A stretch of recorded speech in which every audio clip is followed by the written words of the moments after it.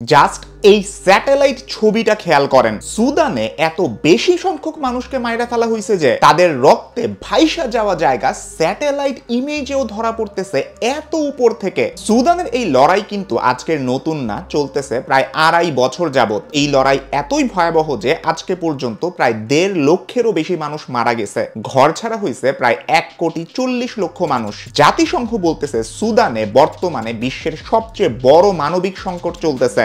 গৃহ সংঘাতের বাইরে অন্তত 20টা সামরিক অভ্যুত্থান হয়েছে সুদানে। আফ্রিকার যে কোনো দেশে সবচেয়ে বেশিবার সামরিক অভ্যুত্থান হওয়ার রেকর্ড এইটা। সুদানে প্রতিদিনই সাধারণ মানুষ এই লড়াইয়ের শিকার হইতেছে। তবে গত 26 অক্টোবর থেকে এল ফাশের শহর দখলের লড়াইয়ে 3 দিনেই যখন প্রায় 2000 মানুষকে নৃশংসভাবে দুনিয়া থেকে সরায় ফেলা হয়, তখন সুদান পুরা ওয়ার্ল্ডের জন্য আলোচনার বিষয়বস্তু হয়ে ওঠে। এবং খুবই ইন্টারেস্টিংলি এখানে সংযুক্ত আরব আমিরাতের একটা বড় হাত আছে। সুদানের লড়াই কাদের কাদের মধ্যে, তারা কেন এত বেশি সাধারণ মানুষকে মারতেছে, সংযুক্ত আরব আমিরাত এই লড়াইকে কিভাবে উস্কাই দিতেছে, এই সবগুলো বিষয় নিয়ে আমরা আজকের এই ভিডিওতে আরেকটু ডিপে জানার চেষ্টা করব। তো চলুন শুরু করা যাক। সুদান স্বাধীন হয় 1956 সালে। এরপরে এই দেশে 2টা গৃহ সংঘাত হয়েছে। 1972 সাল পর্যন্ত একটা, আর 1983 থেকে 2005 সাল পর্যন্ত একটা। এছাড়াও 20টা যে সামরিক অভ্যুত্থান হয়েছে এটা তো জানাইছি। এই সবকিছু মিলাই কিন্তু 2011 সালে সুদানের একটা বড় অংশ আলাদা হয়ে সাউথ সুদান নামে একটা আলাদা দেশই গঠন করে। ম্যাপে দেখলে বুঝবেন সুদান একটা দেশ, সাউথ সুদান আরেকটা দেশ। এই 2011 সালের ঠিক 8 বছর আগে আপনি যান 2003 সালে। সেই সময় একটা বড় অস্থির তৈরি হয় দারফুর অঞ্চলকে নিয়ে। অবস্থা এতটাই বাজে হয়েছিল যে সাবেক প্রেসিডেন্ট ওমর আল বশিরের বিরুদ্ধে জেনোসাইড এবং যুদ্ধাপরাধের মতন গুরুতর অভিযোগ তোলা হয়। ফাস্ট ফরওয়ার্ড 2019 সাল, আল বশিরকে গণ অভ্যুত্থানের মাধ্যমে ক্ষমতাচ্যুত করা হয়েছিল। তখন সুদানের মানুষ আবার ভাবছিল দেশে হয়তো গণতন্ত্র ফেরত আসবে, তবে কাজের কাজ কিছু হয় না। এই ট্রানজিশনটা ফেইল্ড হয়েছে। 2021 সালে আবার সেই সামরিক অভ্যুত্থান হয়। সিভিল লিডারদের মধ্যে যে বোঝাপড়াটা ছিল সেইটাও ভাঙা যায়, আর এর ফলে ভয়াবহ সংঘাত জন্ম নেয় 2টা পক্ষের মধ্যে,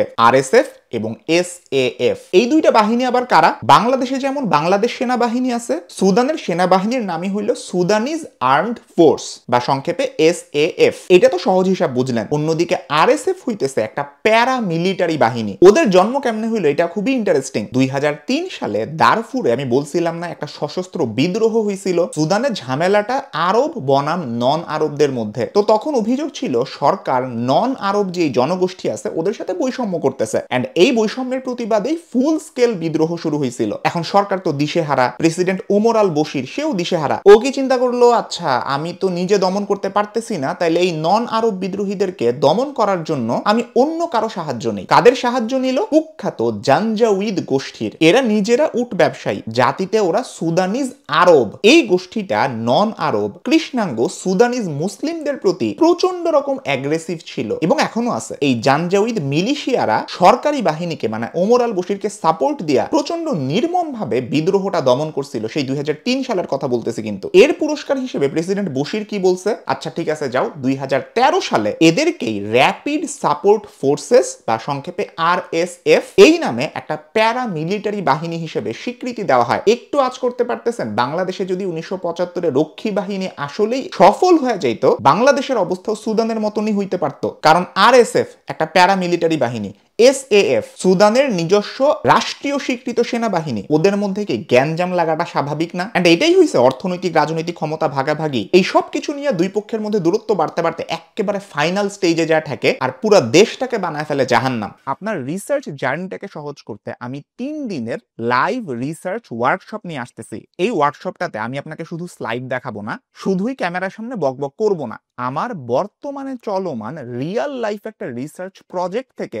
সম্পূর্ণ নতুন একটা রিসার্চের টপিক কিভাবে বাছাই করে পার্ট বাই পার্ট আগাইতে হয় সেইটার লাইভ ডেমনস্ট্রেশন আমি দেখাবো। 3টা ক্লাসে আমি আপনাদের সাথে সরাসরি কথা বলবো, ডিরেক্টলি আপনাদের সাথে কথা বলে আপনাদের সমস্যাগুলো বোঝার চেষ্টা করব, যাতে নতুন যারা রিসার্চ শুরু করতেছেন বা শুরু করতে চান তাদের জন্য বুঝতে সুবিধা হয়। ওয়ার্কশপের ডিটেইলস ডেসক্রিপশন বক্স আর পিনড কমেন্টের মধ্যে আমি দিয়ে রাখছি। একটা রিসার্চকে আমি কিভাবে একদম জিরো থেকে দাঁড় করাই এই সম্পর্কে খুঁটিনাটি জানতে চাইলে আপনি রিসার্চ ওয়ার্কশপে জয়েন করতে পারেন। এখন কি হইতেছে সুদানে? এসএফ সুদানের কিছু অংশ দখল করে, আরএসএফ আবার সুদানের অন্য কিছু অংশ দখল করে। এইভাবে আরএসএফ দারফুরের পশ্চিম অংশের প্রায় পুরাটাই দখল করে নেয়। এমনকি কিছুদিন আগে অক্টোবরের 26 তারিখ আরএসএফ আল ফাশার অঞ্চলটাও দখল করে ফেলছে। এই অঞ্চলটা ছিল দারফুরে এসএএফ এর কন্ট্রোলে থাকা সর্বশেষ সিটি। এই সিটির পতনের মাধ্যমে আরএসএফ পুরা দারফুর অঞ্চলে নিজেদের দখল প্রতিষ্ঠা করলো। কিন্তু এইটা আরএসএফ এর দখলে যাওয়ার পরে যা যা হয়েছে সেটা ভয়ঙ্কর বললেও কম বলা হবে। 2000-এরও বেশি মানুষকে দুনিয়া থেকে সরায় ফেলা হয়েছে। হেন কোনো যুদ্ধাপরাধ নাই যেটা আরএসএফ বাহিনী করে নাই। স্যাটেলাইট থেকে যে রক্তের বন্যা বোঝা যাইতেছে এটা তো আগেই বলছি। এখন না আপনাদের মনে প্রশ্ন আসতে পারে, আরএসএফ তো জায়গাটা দখল করে নিছেই, ওরা এখানে তাহলে মানুষ কেন মারতেছে? এরা তো হইলো এখানকার সাধারণ মানুষ। এইখানেই আসে জাতিগত বিদ্বেষ আর দ্বন্দ্বের ব্যাপারটা। দারফুর কিন্তু জাতিগতভাবে বৈচিত্র্যপূর্ণ একটা এলাকা। আগেই বলছি সুদানে কারা কারা থাকে, আরব আর নন আরব। দারফুরেও সেম। আর আরএসএফ মূলত কারা? ওরা সুদানিজ আরব। ওরা কাদের দেখতে পারবে না? নন আরবদেরকে। এন্ড এটাই আরএসএফ এর বিরুদ্ধে সবচেয়ে বড় অভিযোগ। ওরা অনারব জনগোষ্ঠীকে বাইছা বাইছা হামলা করতেছে। ওরা চাইতেছে এই পুরো অঞ্চলটা শুধুমাত্র আরবদের দখলে থাকুক। এরকম দারফুরের একটা অনারব জাতি হইতেছে মাসালিত জাতি। হিউম্যান রাইটস ওয়াচ জানাইছে আরএসএফ এই মাসালিত জাতিকে পুরোপুরি নিশ্চিহ্ন হয়ে করে ফেলতে চাইছে। যাই হোক, এখন আপনাদের মনে প্রশ্ন আসতে পারে, আরএসএফ এই যে এত এত ফান্ডিং, অস্ত্র শস্ত্র এগুলা কই থেকে পায়? এইখানেই আসে সংযুক্ত আরব আমিরাতের কথা। খুবই অভিজাত একটা দেশ। দুবাই, বুর্জ খলিফা, আবুধাবি সব কিন্তু এই দেশেরই। তবে এর ভিতরে লুকায় আছে নৃশংসতা। আপনি দেখবেন দুবাই, শারজাহ সহ আরব আমিরাতের মেজর শহরগুলা গোল্ড বা স্বর্ণ দিয়া ভরা। স্বর্ণ লেনদেনের টপ কান্ট্রিগুলার একটা হইতেছে এইটা। কিন্তু আপনি জানলে অবাক হবেন, আরব আমিরাতের নিজস্ব কোনো গোল্ড মাইনই নাই। তাইলে প্রশ্ন, এই গোল্ড আসে কই থেকে? এইখানেই সুদানের নাম আসে। ছোট্ট এক্সাম্পল দিই। 2024 সালে সুদানে 64 টন গোল্ড মাইন করা হয়েছিল। সুদানের গোল্ড মাইনগুলার অনেকগুলা কারা নিয়ন্ত্রণ করে? আরএসএফ নিয়ন্ত্রণ করে। আরএসএফ তো কোনো লিগ্যাল মিলিটারি বাহিনী না। ওরা এই গোল্ডগুলা উত্তোলন করে ইলিগালি বিভিন্ন দেশের কাছে বেচে। এই স্বর্ণগুলা সাউথ সুদান, চাঁদ আর মিশরের মতন দেশ হয়ে পৌঁছায় যায় আরব আমিরাতের হাতে। আরব আমিরাত কি শুধু ইলিগাল স্বর্ণই পায়? না, স্বর্ণর যে পরিমাণ লিগ্যাল এক্সপোর্ট হয় এইটারও 90% যায় সংযুক্ত আরব আমিরাতে। সুদানের যেই সব এলাকাগুলা ওদের আর্মির দখলে আছে, এসএএফ এর দখলে আছে, ওইখানে অবস্থিত কুশ গোল্ড মাইন, এরা সুদানের সবচেয়ে বড় ইন্ডাস্ট্রিয়াল গোল্ড প্রোডিউসার। এন্ড এইটার মালিক দুবাই বেসড একটা প্রতিষ্ঠান, নাম এমিরাল রিসোর্সেস। শহরটার নাম খেয়াল করেন, দুবাই, সংযুক্ত আরব আমিরাত। বুঝছেন তো সুদানে আরব আমিরাতের স্বার্থ কোন জায়গায়? আবার আরএসএফ এর কন্ট্রোলে থাকা দারফুর অঞ্চলের খনিগুলো আছে হামদান দাগালোর মালিকানায়। এইখান থেকেও স্বর্ণ যায় আমিরাতে। যুদ্ধের বছরগুলায় দাগালোর পারিবারিক প্রতিষ্ঠান আল জুনাইদ মাল্টি অ্যাক্টিভিটিস কো প্রতি বছর $1 বিলিয়ন করে কামাইছে বলে হিসাবে দেখাইতেছে। দারফুরের দক্ষিণ সীমান্তের খনিগুলা থেকে প্রতি মাসে অন্তত 150 কেজি স্বর্ণ মাইনিং করা হয়। এইগুলোও স্মাগল হয়ে প্রথমে যায় সাউথ সুদানের রাগা শহরে, এরপর উগান্ডা আর কেনিয়া হয়ে সোজা আমিরাতে। খনিতে কাজ করা সাবেক এক ইঞ্জিনিয়ারই এই তথ্য দিচ্ছেন। তার মানে লিগালি হোক ইলিগালি হোক, দুইভাবেই সুদানের স্বর্ণ পৌঁছায় যাইতেছে সংযুক্ত আরব আমিরাতে। স্বীকৃত সেনা সরকার লিগালি ট্রেড করতেছে, ডলার কামাইতেছে, এইটা নিয়ে আবার যুদ্ধের পিছনে ঢালতেছে। ক্ষমতার দখল নিতে চাওয়া আরএসএফ ওরা ইলিগালি স্বর্ণ স্মাগল করতেছে, ওরাও ডলার কামাইতেছে, এই ডলারও আবার ওরা যুদ্ধের পিছনে ঢালতেছে। খুব সুন্দর। আরব আমিরাত এখান থেকে গোল্ড পাইতেছে সব। আরএসএফ আর এসএএফ এর মধ্যে সমস্যাটা ওদের দুই দিক থেকে গোল্ড আইনে দিতেছে, আর এদিকে এরা দুইটা নিজেরা ক্যাচাল করতেছে। মাঝখান থেকে সুদানের আগে থেকেই গরিব দরিদ্র এই মানুষগুলো না খায়া মরতেছে। প্রায় 2.5 কোটি মানুষ চরম ক্ষুধা সহ্য করতেছে। প্রায় 50 লক্ষ মা আর শিশু অপুষ্টিতে ভুগতেছে। ক্ষমতা রাজনীতি মনে হয় সব দেশেই একই রকম। আমিরাত সরকার অন্যদিকে আরেকটা কাজ করতেছে। ইউএস ইন্টেলিজেন্স এজেন্সিগুলোর অনেক সোর্স বলতেছে রিসেন্টলি আমিরাত চাইনিজ ড্রোন সহ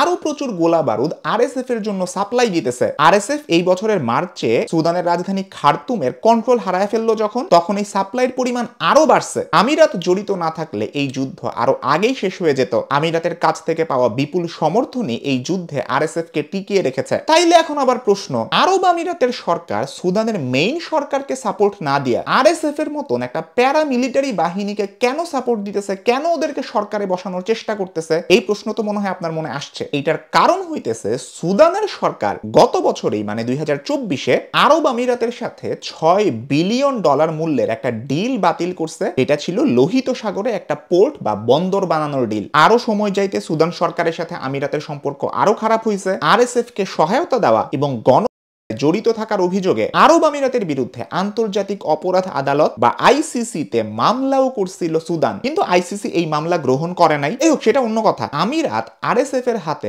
অস্ত্র পাঠানোতে এখন এতটাই ডেসপারেট যে ওরা প্রথমে ফ্লাইটে করে লিবিয়ার সোমালিয়াতে অস্ত্র পাঠায়, পরে সেগুলা বাই রোডে ঢুকে সুদানে। মার্কিন, ইউরোপিয়ান, আরব অফিসিয়ালরা সবাই এটা কনফার্ম করছেন। এই যে আমরা 26 অক্টোবর এলফাশের দখলের পরে আরএসএফ এর এমন তাণ্ডব দেখতেছি, এই তাণ্ডবের পিছনের শক্তি আসলে কারা এইবার টের পাইতেছেন তো? বিশ্বের অন্যান্য শক্তিগুলা কে কাকে সাপোর্ট করতেছে? রাশিয়া শুরুর দিকে আরএসএফ এর পক্ষে ছিল, এখন আছে এসএএফ এর পক্ষে। রাশিয়া ছাড়াও সৌদি আরব, মিশর, তুরস্ক, আলজেরিয়া, ইরান এরা এসএএফ কে ভালোই সাপোর্ট দেয়, মানে সুদানের অ্যাকচুয়াল সরকারি যে সেনাবাহিনী তাদেরকে। এইদিকে আরএসএফ কে কারা সহায়তা দেয়?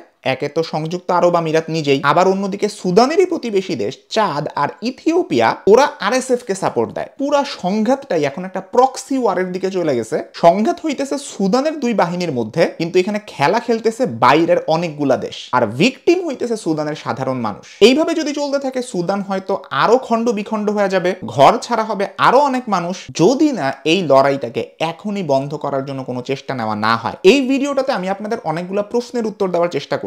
নাম্বার 1, সুদানে আরএসএফ বাহিনীর ইতিহাসটা কি, ওরা কিভাবে এত দূর পর্যন্ত আসলো? নাম্বার 2, এই আরএসএফ কে কারা সহায়তা করতেছে, এখানে আরব আমিরাতের স্বার্থটা কোন জায়গায়? নাম্বার 3, আরব আমিরাত কেন সুদানের সরকারকে কোনো সহায়তা না করে সরকারের বিরোধী পক্ষ আরএসএফ কে সহায়তা করতেছে? এইগুলো সহ আরো অনেকগুলো প্রশ্নের উত্তর আপনাদের সামনে ব্যাখ্যা করার চেষ্টা করলাম। আপনার যদি এই ধরনের কন্টেন্টগুলো ভালো লাগে, আপনি চ্যানেলটা সাবস্ক্রাইব করে রাখতে পারেন এবং পাশে থাকা বেল আইকনটা প্রেস করতে কখনোই ভুলবেন না। আপনাদেরই রিকোয়েস্টের প্রেক্ষিতে এই ভিডিওর রিসার্চটা করা হয়েছে এন্ড দেন এই ভিডিওটা বানানো হয়েছে। খুবই পরিশ্রম গেছে এটা বানানোর ক্ষেত্রে। আশা করি এই ভিডিওটা আপনাদের ভালো লাগছে। সবাই ভালো থাকবেন, সুস্থ থাকবেন, দেখা হবে ইনশাআল্লাহ পরবর্তী ভিডিওতে।